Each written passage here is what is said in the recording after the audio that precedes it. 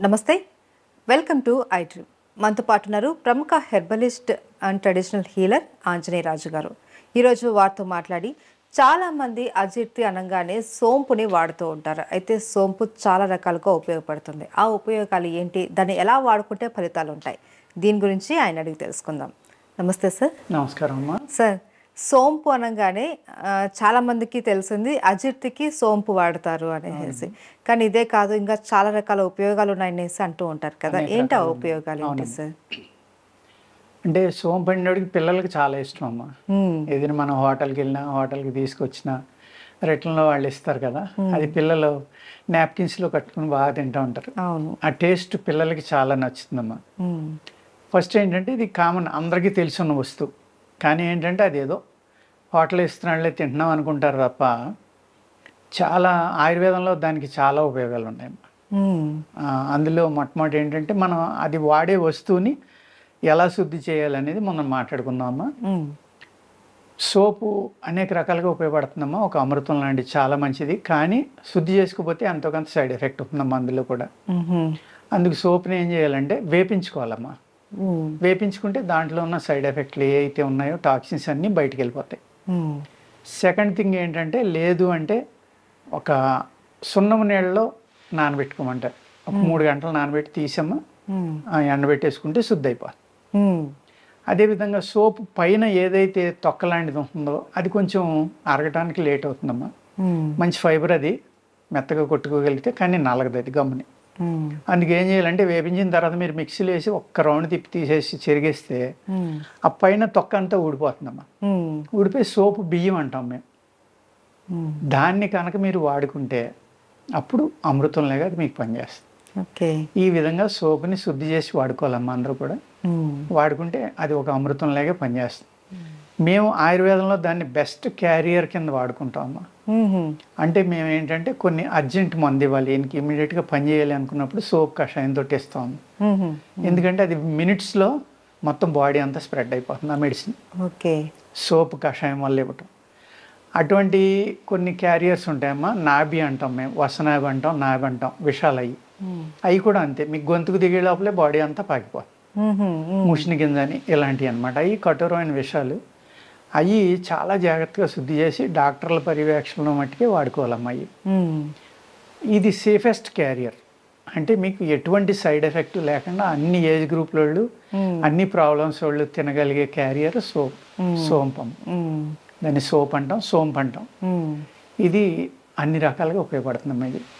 అదేవిధంగా ఇప్పుడు సమ్మర్ వెళ్ళిపోయింది అనుకోండి, మనకి యాక్చువల్గా ఆయుర్వేద శాస్త్రంలో రాసింది ఏంటంటే, సమ్మర్ వచ్చే ముందర అంటే ఏప్రిల్ నెలాఖరులో సోంపుని తీసుకుని నేను అన్నట్టుగా శుద్ధి చేసుకున్నామా. ఆ సోపు బియ్యంగా ఏ అయితే వస్తాయో ఆ బియ్యాన్ని తీసుకుని వాటిని సన్నటి చూర్ణం చేసుకున్నామా. ఆ చూర్ణానికి సరిపడి పటిక బెల్లం పొడిని కలుపుకోమంటారు. కడి మిశ్రీ అంటారు కదా. పటిక బెల్లం అంటే గడ్డలుగా ఉంటుంది తెల్లగా. అది పౌడర్ చేసుకుని 2 సమానంగా కలుపుకుని ఒక డబ్బాలో పోసుకోండి. ఉదయం లేవగానే మొహం కడగగానే అందరూ కూడా, ఇంట్లో అందరూ కూడా ఒక 3 వేళకు వచ్చినంత నోట్లో వేసుకుని చప్పలించండి. అది మే నెల అంతా తినమని, అంటే వేసవికాలంలో 1 నెల తినమని రాశారమ్మా ఆయుర్వేద శాస్త్రంలో. ఆ 1 నెల మీరు తినటం వల్ల సంవత్సరం పొడికి మీకు ఏ జబ్బు రాదంటమ్మా. ఒక మే నెలలో అలా తీసుకుంటాం వల్ల. అంటే ఎంత అద్భుతమైన మెడిసిన్గా దాన్ని ఆయుర్వేద గ్రంథాల్లో రాశారో చూడండి.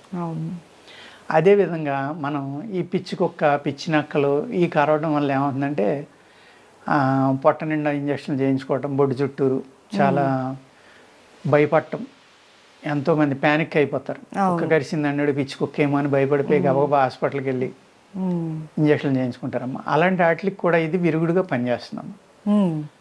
నేను ఏదైతే చూర్ణం చెప్పానో మీకు ఇప్పుడు, అదే చూర్ణాన్ని తేనె కలుపుకున్నమ్మా సమానంగా బాగా నూరుకోవాలి. దేంట్లో వేసి నూరుకుని అది రోజు 1 స్పూన్, ఉదయం సాయంత్రం 1 స్పూన్ తింటే 2 పూట్ల 2 స్పూన్లు ఎంటీ స్టమక్ తోటి తినాలమ్మా. ఏదైతే ఈ విష ప్రభావం ఉందో దాన్ని తగ్గిస్తుంది. అంటే విష ప్రభావం తగ్గింది కాబట్టి ఇది ఒకటి తినేసి మీరు ఇంజక్షన్లు చేయించుకోవద్దు, లేకపోతే మందులు వాడుకోవద్దు అని చెప్పట్లేదమ్మా. ఏమీ లేనప్పుడు వాటి మీద ఆధారపడ్డారు. అవును. ఇవాళ మనం ఎలా చెప్పామనుకోండి, జనాలు ఏమంటారంటే ఆడికి కరితే బాగుంది పిచ్చుకోక అప్పుడు తెలుస్తుంది అంటారు. అవును. అంటే ఈ విధంగా ఆలోచిస్తారు జనం. అవును అవును సార్. అందుకే ఏంటంటేనమ్మా ఒకప్పుడు ఈ అల్లోపతి మందులు లేనప్పుడు ఇయే మందులమ్మ. ఉమ్మెత్త వాడేవారు దాని మీద, ఈ సోంపుని వాడేవారు. ఇలాగ అనేక రకాల మూలికలు ఉన్నాయమ్మా. పిచ్చి కుక్క కరిసిన, పిచ్చి నక్క కరిసిన, కోతి కరిసిన, ఎన్నాళ్ళకి అంటే విషయం మనిషి కాటు. దానికి కూడా ఏది విరుగుడు అనేది ఆయుర్వేద శాస్త్రంలో చాలా విపులంగా ఇవాళ కాదు వేల సంవత్సరాల నుంచి రాసుకొచ్చినాయి అమ్మాయి. అటువంటి ఇది విరుగుడు అని రాశారు వాళ్ళు. అది మనం ప్రివెంట్గా వాడుకోవచ్చు. ఇప్పుడు అనేక రకాలుగా ఉపయోగపడుతుందమ్మా సోంపు అనేది. Heart, liver, spleen, lungs, kidney అన్నీ శుద్ధి అవుతాయమ్మా సోపు తినటం వల్ల. అదేవిధంగా దీన్ని అనేక రకాలుగా తినొచ్చు. ఎలాగా అంటే మీరు ఒక మసాలాల్లో మనం వేస్తాం, కూరల్లో వేస్తాం. అలాగే ఈ నోటి దుర్వాసనకు కూడా సోపు నవ్వడం వల్ల పోతున్నాం. దాన్ని మేము టూత్ పౌడర్లో కలుపుతూ ఉంటాం, షాజీరా పౌడర్ ఒకటి ఇదొకటి. ఎందుకంటే మంచి ఫ్లేవర్, పళ్ళు తోముకున్నప్పుడు ఏంటంటే అద్భుతమైన ఫ్లేవర్ వస్తుంది కాబట్టి. అలాగా అనేక రకాలుగా సోప్ అనేదాన్ని మనం వాడుకోవచ్చమ్మా. ఈ సొంటి ఏదైతే అల్లం ఉందో అల్లం రసం తీసుకున్నమ్మా. సొంటి అంటే ఎండిపోయిందని సొంటి అంటాం, పచ్చిదాన్ని అల్లం అంటారు. ఆ అల్లం రసంలో ఈ సోప్ పౌడర్ ఏదైతే ఉందో అది వేసమ్మా.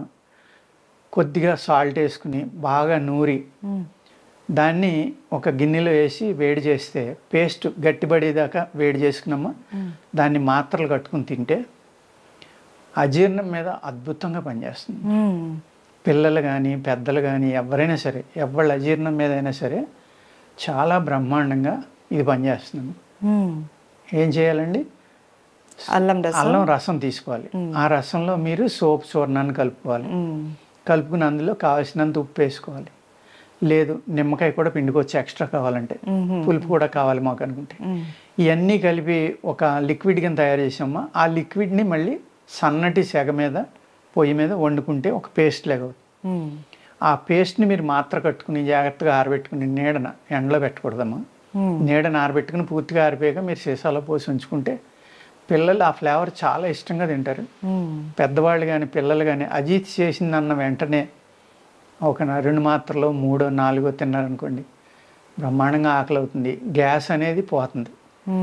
అదేవిధంగా కడుపులో ఏదైతే మీకు మనం ఈ కాన్స్టిపేషన్ ఉంటుంది కదమ్మా, మలబద్ధకం అంటాం మనం ఆయుర్వేదంలో. ఆ విధంగా ఉన్న వాళ్ళకి ఏమవుతుందంటే అది మలం పేరుకుపోవడం వల్ల పొట్టలో దాన్ని చెడు పదార్థాలు అంటామమ్మా మేము. ఆ చెడు పదార్థం ఏదైతే పేగులను పట్టుకుని ఉండిపోయిందో ఆ చెడు పదార్థాన్ని అంతా ముక్కల కింద విడదీసి మీకు మంచి మోషన్ అయ్యేలాగా, అంటే మోషన్ మందు వేసుకున్నప్పుడు ఇది కూడా తింటే ఆ ఏదైతే పేరుకుపోయిందో దాన్ని అంతా విడదీసి బయటికి పంపించేసమ్మా ఈ చెడు వాసన అనేది కూడా తీసేస్తుందమ్మా. ఇన్ని రకాలైన ఉపయోగాలు సోంపులో ఉన్నాయమ్మా. మనం ఏమనుకుంటామంటే సోంపు అనేటివాడికి ఏదో హోటల్కి వెళ్తున్నాం, తింటున్నాం, లేకపోతే మసాలాలు వేస్తున్నాం, లేకపోతే నోట్లో 4 పరకలు వేసుకుని నవ్వులుతున్నాం, ఈ విధంగా ఆలోచిస్తాం. కానీ ఆ సోంపు మొక్క యొక్క వేరు కూడా చాలా అద్భుతంగా పనిచేస్తున్నాం. వేరు ఎలా వాడుకోవాలి? ఆ వేరునే తేనెలో గంధం తీసి ఏదైతే సోపు మీకు గంధం తేనెలో కలుపుకుని తింటే మీకు ఈ పిచ్చికొక్క విషయం ఇలాంటి విషయాల మీద విరుగుడుగా పనిచేస్తున్నాను. అదేవిధంగా సోంపు మొక్క యొక్క వేరుని మీరు గంధం తీసుకుని తేనెలో గంధం అవ్వట్లేదంటే కొంచెం నీళ్ళు వేసుకుని తీసుకోవచ్చమ్మా.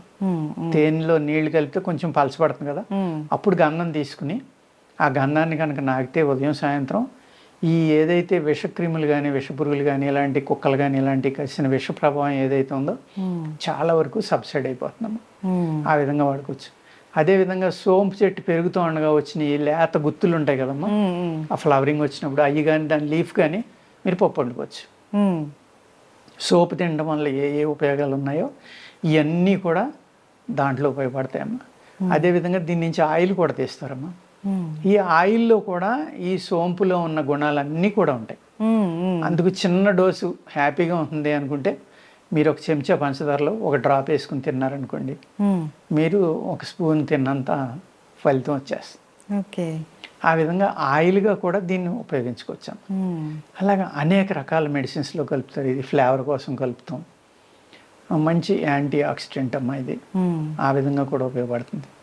అందుకనే సోంపు గురించి ఆయుర్వేద శాస్త్రంలో చాలా విపులంగా అనేక రకాల ఉపయోగాలు ఫార్ములాలు ఉన్నాయమ్మా. అందులో ఒకటి రెండు మట్టుకే మన ప్రేక్షకులకు చెప్పడం ఒకటి రెండు కాదు సార్, చాలా చెప్పారు. అన్నీ కూడా ఉపయోగకరమైనవే. అవునమ్మా. జనరల్గా వచ్చేటటువంటి చాలా ప్రాబ్లమ్స్కి మనకు ఒక చక్కటి ఏమంటారు ఉపయోగకరమైనటువంటి ఒక దివ్య ఔషధం అనుకోవాలి ఇది. సో చాలా క్లియర్గా చెప్పారు, ఎలా వాడుకోవాలి, దాన్ని ఎలా ప్రిపేర్ చేసుకోవాలి, దేనికి వాడుకోవాలి అన్నది కూడా చాలా వివరంగా తెలియజేశారు sir. Thank you so much. నమస్కారం అమ్మా. Hmm.